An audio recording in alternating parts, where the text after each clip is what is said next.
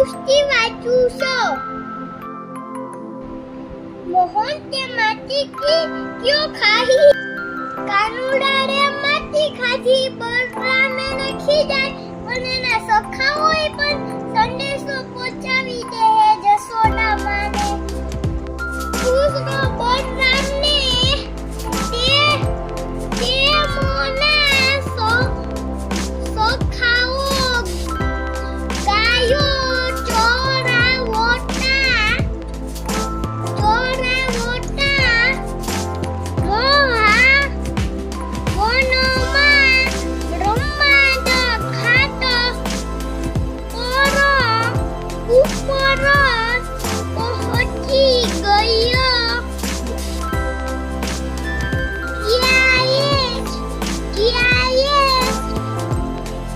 શ્રી યમુનાજીનો રમણીય લેતો છે. ભીની ભીની કોણી સૂટર રોજો છે. કૃષ્ણ અને સખાઓને ભીની વ્રેજમાં માટી ઘરો નાવોનાની ઓજા ઓડી ગઈ. થોડી રમતમાં કૃષ્ણએ થોડીક માટી પોતાના મુખમાં મૂકી દીધી. બલરામજીને નજીરો તેમના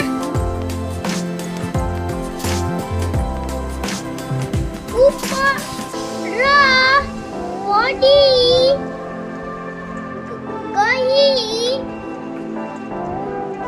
કૃષ્ણનો કાન પકડીને ધોવો કાવમાં ધોયા લાગ્યા કરે. તું માટી કેમ ખાય છે? ખોટી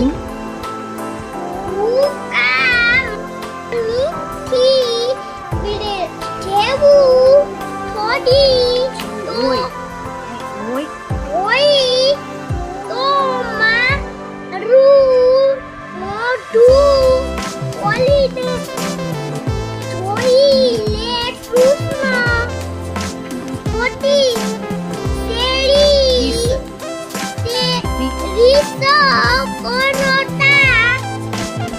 કહું એ તો તું માટી ખાય છે અને પાછો જૂઠું બોલે છે. આ જૂઠો પછી છે આજે તો ઘરે જોઈને માને જો કહી દઉં. માથામાં સોટી લઈને ફટકારો છે તૈયારે. તને ખબર પડે છે બળદેવજી ઓ કૃષ્ણએ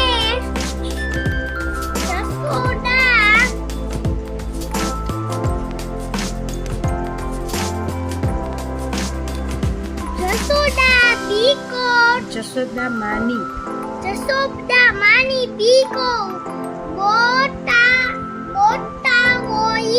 બતાવી સખાઓને પણ બલદેવજીનો પક્ષ લીધો. કાનો માટી ખાયો છે એ આવતે સૌએ યસો ખોચાડીઓ દીધી.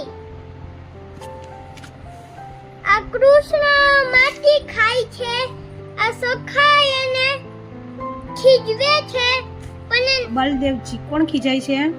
બલ કાન કોણ પકડ્યો તો? કાનુડાનો આ કાન કોને પકડ્યો તો? બલરામને હમ. સખાઓને પણ જશોદા માને સંદેશો પહોંચાવી દીધો. રાધે રાધે, જય શ્રી કૃષ્ણ.